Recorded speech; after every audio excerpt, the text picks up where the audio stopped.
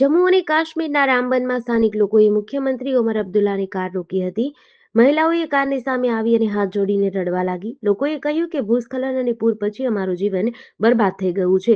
લોકો કહેવા લાગ્યા, મુખ્યમંત્રી કૃપા કરીને 2 મિનિટ વાત કરો. ઓમરે પોતાની કારની બારી ખોલી અને લોકોની સમસ્યાઓ સાંભળી. રામબાનમાં 2 દિવસ પહેલા વાદળ ફાટવાથી 3ના મોત થયા હતા. પોલીસે લગભગ 100 લોકોને બચાવ્યા. વાદળ ફાટવાનો અર્થ એ છે કે ખૂબ જ થોડા સમયમાં ભારે વરસાદ પડવો. વાદળ ફાટવાના કારણે અચાનક પૂર આવ્યું અને પર્વતનો કાટમાળ ગામમાં ફેલાઈ ગયો. રામબનના બનિહાલ વિસ્તારમાં ઘણી જગ્યાએ ભૂસ્ખલન થયું હતું. આ કારણે જમ્મુ શ્રીનગર નેશનલ હાઈવે બંધ કરવો પડ્યો હતો. 19-20 એપ્રિલની રાત્રે રામબન જિલ્લાની શેરીબાગના વિસ્તારમાં વાદળ ફાટવાની ઘટના બની હતી, જેથી અચાનક પૂર આવ્યું હતું. ગાંધીનગર સ્ટેટ મોનિટરિંગ સેલની ટીમે લીંબડીમાં મોટી કાર્યવાહી કરી છે. ટીમે વૃંદાવન હોટલ પરથી 1 લાખ કિલો લોખંડની રોડ સહિત કુલ ₹1.24 કરોડનો મુદ્દામાલ જપ્ત કર્યો છે. પોલીસે ઇન્સ્પેક્ટર GR રબારીની ટીમને અગાઉથી બાતમી મળી હતી. રાજકોટ અમદાવાદ હાઈવે પર આવેલી વૃંદાવન હોટલ પર દરોડો પાડ્યો હતો. પોલીસે 3 આરોપીની ધરપકડ કરી છે. પકડાયેલા આરોપીઓમાં રાજસ્થાનના ભીલવાડાના ચુનીલાલ ભૈરવલાલ, બારમેરના મુકેશકુમાર ખેતારામ અને પ્રકાશ રામ લાલારામનો સમાવેશ થાય છે. જપ્ત કરાયેલા મુદ્દામાલમાં 2120 ચોરેલી લોખંડની રોડ કિંમત ₹1.14 લાખ, 78,800 કિલો લોખંડની રોડ કિંમત ₹42.83 લાખ, રોકડા ₹21,000, 3 મોબાઈલ કિંમત ₹15,000, 2 વાહનો કિંમત ₹80 લાખ અને એક સ્ટીલ કટર મશીન કિંમત ₹2,000નો સમાવેશ થાય છે.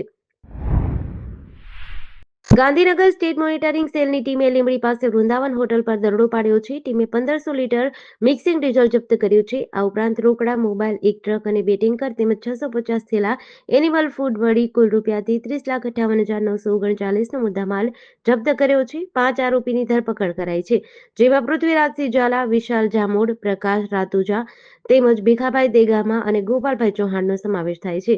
3 આરોપી ફરાર છે, તેમાં Ravirajsinh Zala, mixing diesel supplier અને હોટલના માલિક તનવીરસિંહનો સમાવેશ થાય છે. લીંબડી પોલીસે તમામ આરોપીઓ વિરુદ્ધ ગુનો નોંધી તપાસ હાથ ધરી છે. અમરેલી જિલ્લામાં ગેરકાયદે પ્રવૃત્તિ પર અંકુશ લાવવાની એસપી સંજય ખરાતની સૂચના મુજબ નાગેશ્રી પોલીસે મોટી કાર્યવાહી કરી છે. જાફરાબાદ તાલુકાના મોટા માણસા ગામની સીમમાં નદી કાંઠે આવેલી દેશી દારૂની ભઠ્ઠી પર દરોડો પાડવામાં આવ્યો હતો. પોલીસે દરોડા દરમિયાન 91 લીટર દેશી દારૂ, 90 લીટર ગરમ આથો અને 1700 લીટર દારૂ બનાવવાનો આથો જપ્ત કર્યો હતો. આ ઉપરાંત ભઠ્ઠીના સાધનોમાં 3 ટીનના તગારા, 5 ગેસના બાટલા, 3 અખાદ્ય ગોળના ડબ્બા, 3 લોખંડના ગેસના ચૂલા અને એક બાઇક મળી કુલ ₹1,01,140નો મુદ્દામાલ જપ્ત કર્યો છે. આ મામલે વડલી ગામના મહેશભાઈ ઉર્ફે મૈલો વીરાભાઈ બારૈયા સામે પ્રોહિબિશન હેઠળ ગુનો નોંધી ઝડપી પાડવાની કાર્યવાહી હાથ ધરી છે. આમોદ તાલુકાના સરભણ ગામની સીમમાં હેઝાર્ડ વેસ્ટનો ગેરકાયદેસર નિકાલ કરવાના કેસમાં પોલીસે મોટી કાર્યવાહી કરી છે. અંકલેશ્વરની સિદ્ધિ સમ્રાટ ડાઇ કેમિકલ પ્રાઇવેટ લિમિટેડ સામે ગુનો નોંધી 4 આરોપીઓની ધરપકડ કરાઈ છે. ગત જૂન માસમાં સરભણ ગામની સીમમાંથી હેઝાર્ડ વેસ્ટ ભરેલું એક ટેન્કર પકડાયું હતું. પોલ્યુશન કંટ્રોલ બોર્ડના તાજેતરના રિપોર્ટમાં કેમિકલમાં એસિડનું પ્રમાણ વધુ હોવાનું સામે આવ્યું છે. આ મામલે કંપની વિરુદ્ધ આઈપીસી અને પર્યાવરણ સંબંધિત વિવિધ કલમો હેઠળ ગુનો દાખલ કરવામાં આવ્યો છે.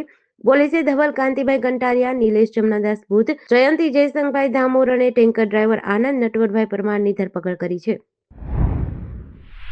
હિંમતનગર શામળાજી નેશનલ હાઈવે પર આજે ગમખ્વાર અકસ્માત થયો.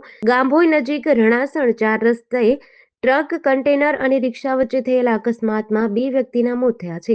ઘટના મંગળવારે બની હતી. શામળાજી તરફથી આવી રહેલા ટ્રક, કન્ટેનર અને ઇન્ડિયન પેટ્રોલ પંપથી હાઈવે ક્રોસ કરી રહેલી રિક્ષા વચ્ચે અકસ્માત થયો હતો. અકસ્માત બાદ ટ્રક, કન્ટેનર રોડ સાઈડ પર ચાલી રહેલા કામ માટે ખોદવામાં આવેલા ગટરના ખાડામાં પડી હતી. આ દરમિયાન રિક્ષા કન્ટેનર નીચે દબાઈ ગઈ હતી. રિક્ષામાં સવાર 3 મુસાફરોમાંથી વાવડી ગામના કાજલબેન કાલુસી મકવાણા અને 40 વર્ષીય અજાણ્યા પુરુષનું મોત થયું હતું, જ્યારે સોનલબેન સંજયભાઈ મકવાણાને ગંભીર ઇજાઓ થતા સારવાર અર્થે ખસેડાયા હતા.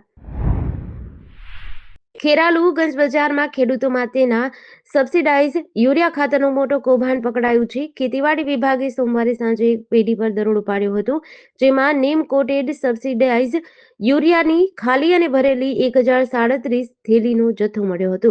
વિસનગરના નાયબ ખેતી નિયામકની સૂચનાથી ખેતીવાડી અધિકારીઓની ટીમે આ કાર્યવાહી કરી હતી. પેઢીને તાળું મારેલું હોવાથી પંચોની હાજરીમાં તાળું તોડ્યું હતું. અંદર તપાસ કરતા યુરિયા ભરેલી 544 થેલી અને 493 ખાલી થેલી મળી હતી. વધુમાં સરકારી યુરિયા ભરવા માટેની 500 16 સફેદ ખાલી થેલીઓ અને થેલી સીવવાનું મશીન પણ જપ્ત કર્યું હતું. તપાસમાં જાણવા મળ્યું કે સરકારી માર્કાવાળી પીળી થેલીમાંથી ખાતર કાઢી સફેદ થેલીમાં ભરી કાળી બજારમાં વેચવામાં આવતું હતું. જાફરાબાદ તાલુકામાં ખનીજ ચોરી વિરુદ્ધ મામલતદારની ટીમે કાર્યવાહી કરી છે. નેશનલ હાઈવે પર ટીંબી ગામ નજીક વાહન ચેકિંગ દરમિયાન ઉના તરફથી આવી રહેલા બેલા ભરેલા 11 ઓવરલોડ ટ્રેક્ટરને જપ્ત કર્યા છે. મામલતદાર મુકેશ લકુમની ટીમની કાર્યવાહી સામે પ્રશ્નો ઉઠ્યા છે. સ્થાનિક લોકોનો આરોપ છે કે તંત્ર માત્ર નાના ટ્રેક્ટરો સામે કાર્યવાહી કરી રહ્યું છે. રાજુલા પંથકના ભરડિયામાંથી બ્લાસ્ટિંગ કરી મોટા પથ્થરોની 24 કલાક હેરાફેરી થઈ રહી છે. આ પથ્થરો ઓવરલોડ ટ્રકો દ્વારા જાફરાબાદના ભાકોદર ગામ નજીક આવેલી કંપનીમાં પહોંચાડવામાં આવે છે. કેટલાક ટ્રકો રોયલ્ટી વગર પણ હેરાફેરી કરે છે. લોકોનો આક્ષેપ છે કે તંત્ર મોટા વાહનો સામે કાર્યવાહી કરવામાં નિષ્ક્રિય છે. પાટણની કોર્ટે ચેક રિટર્ન કેસમાં એક મહત્વપૂર્ણ ચુકાદો આપ્યો છે. કન્સલ્ટન્સી વ્યવસાય ધરાવતા દંપતીમાંથી પત્ની નીતાબેનને 1 વર્ષની સાદી કેદની સજા ફટકારી છે. Chief judicial magistrate FB. પઠાણે આરોપી નીતાબેનને ₹28.25 લાખનું વળતર ફરિયાદીને ચૂકવવાનો આદેશ કર્યો છે.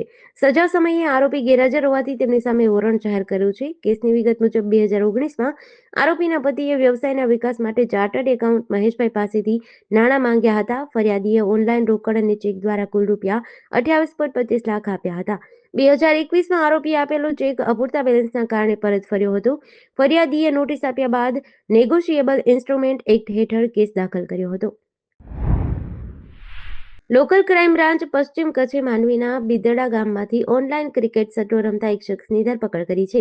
પીઆઈ.એસ.એન. ચુડાસમાના માર્ગદર્શન હેઠળ પોલીસ ટીમને મળેલ બાતમીના આધારે આ કાર્યવાહી કરવામાં આવી હતી. આરોપી વિમલ નારણભાઈ રાજગોર બિદડા ગ્રામ પંચાયતની બાજુમાં આવેલા ઓટલા પર બેસીને આઈપીએલની મેચ પર સટ્ટો રમતો હતો. તે ગુજરાત ટાઇટન્સ અને કોલકાતા નાઇટ રાઇડર્સ વચ્ચેની મેચ પર આઇકોનિક્સ.com પર સટ્ટો રમી રહ્યો હતો. પોલીસે આરોપી પાસેથી એક મોબાઈલ ફોન જપ્ત કર્યો છે, જેની કિંમત ₹10,000 છે. આરોપીના ઓનલાઈન આઈડીમાં ₹8,155નું બેલેન્સ મળ્યું હતું. પૂછપરછમાં જાણવા મળ્યું કે આરોપીએ આઈડી મુન્દ્રા નિવાસી ગોપાલ ગઢવી પાસેથી મેળવી હતી. પોલીસે વિમલ રાજગોરની ધરપકડ કરી છે.